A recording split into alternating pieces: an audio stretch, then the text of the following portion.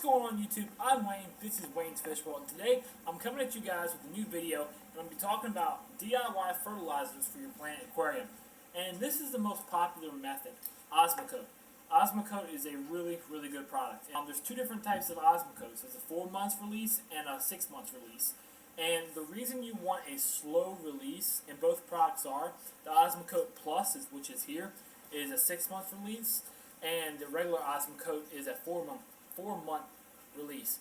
And the reason you want a slow release is because those fast release fertilizers, they're good for a plant that's wilting or something like a house plant that's wilting, and you just need to give a little bit of energy to it. You know, you mix it up in a ratio in the watering pan, and you water the flower, and it perks up quick. Well, the downside with the fast release fertilizers is that it gives all the nutrients at once. The plant is used to those nutrients, and then it's gone.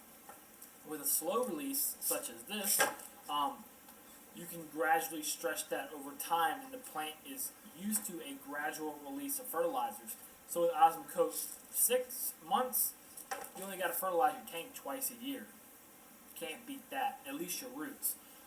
So there's different types of Osmocotes out there as well. There's Osmocote for the flower bed and the vegetable garden. In the home aquarium, that's not going to make a difference. But Osmocote goes a long ways. It's really simple. It's completely safe for the aquarium as long as you don't overdose. Now, I'm not telling you to take this whole bottle and pour it into a 10-gallon. Yeah, bad things are going to happen.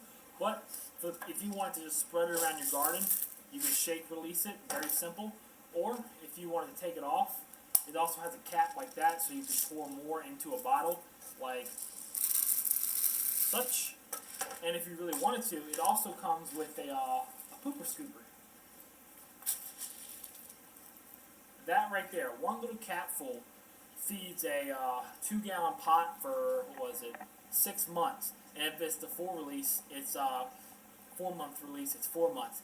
And also, it covers this much, covers 4 square foot, so that's 2 by 2 section. So that will go a long ways. I didn't even make a dent into the bottom. That's going to go a long ways. In theory, one Osmocote could last you, if you have like a 10-gallon aquarium, this could probably last you around 5 years, just because it goes so long. It might last longer than 5 years, I'm not sure. Now, what is Osmocote made of? I'm not too sure. You can read the back of the label, but everyone's going to see that. But the company's not really going to tell you what they make their product out of. Now, when you're selecting fertilizers for your aquarium, you're taking a risk. But that's why I'm doing the video on Osmocote, because it's been used so much in the home aquarium, and I've used it in the past too, that it's pretty much safe. So how do we actually apply this to our roots?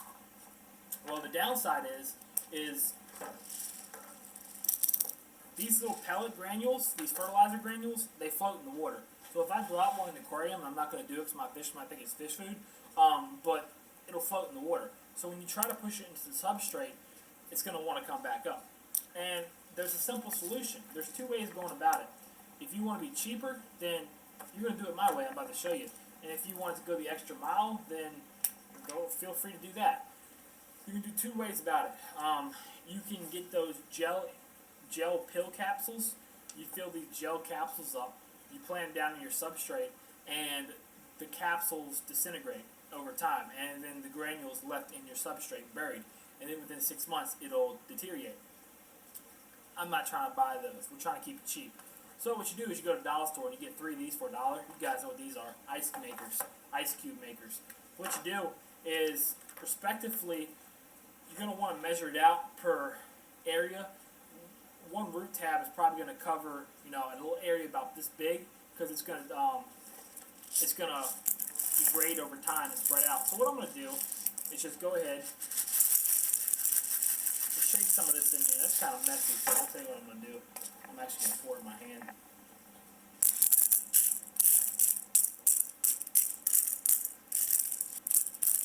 Alright, and that's pretty much it. And you guys can get what we're going to do next. The next thing we're going to do is we're going to take it to the faucet. We're going to fill this up with water, and then once it's frozen out of the freezer, we're going to place these into our aquarium. And I'm going to add a little bit more. Alright, so we let the ice cubes freeze. about 12 hours in the fridge. You don't have to wait 12 hours, just wait till they freeze. I just put them in there, wait till I had more free time, and I got them back out. But you guys can see some of the Osmocote floated up to the surface, and that's what I was talking about. All of it does not sink, so when you're trying to force the stuff into the gravel or substrate, you're going to be fighting it, and you're not going to want to be doing that. So you can just sprinkle some in the ice cube trays and wait till it freezes. Then I hope everybody knows how to take ice cubes out of an ice cube tray, and that's all there is to it. Then you got an ice cube which has fertilizer in it. Now, I wouldn't put too many of these in a 10-gallon tank because it probably will drop the temperature. But if you have a big enough tank, then you can definitely get away with it. Just monitor your temperature and make sure you don't shock your fish. So the next thing we're going to do is, now that I've got all my ice cubes, I'm going to refertilize my substrate. It's pretty cool actually, because you can see really what you're actually putting in. That's pretty cool. So I'm going to take my jacket off. One thing I don't like about these ice cubes is they're so deep, and if you got a dense planted aquarium, this could be kind of in the way. So I'm just going to pick one randomly. I'm going to start with the Hydrophylla SP Brown. Just going to shove it on in there. Yeah, like I said, you got to kind of fight the big ice cube. Now I've got that one in there. Go ahead and put one beside this Nodgen sand colony.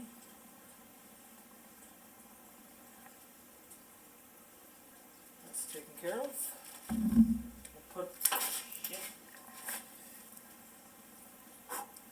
put this other one beside the Nodgen sand colony back a little further.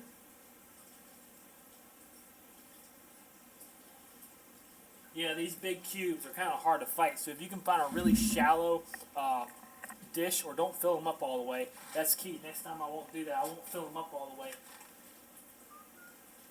We'll put one beside the Wallachai.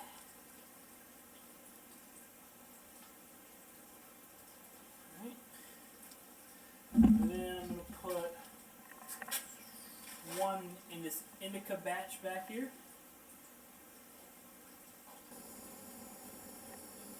Alright, so pretty much my tank's a mess, and that's the downside of a dirty aquarium. But this section of my tank right here, I don't have to fertilize it for another 6 months, and that's how easy it is to fertilize your roots, guys. Hopefully you guys take this and learn from it. Come up with your own ideas. If you have any suggestions or ideas or clever little tricks, leave it in the comments below. That way other people can learn, I can learn, and we can just spread this knowledge around so you can make this pet keeping a whole lot easier, guys. Hope you guys like this video. Comment, rate, and subscribe. I'll see you guys next time. This is Wayne with Wayne's Fish World. Later.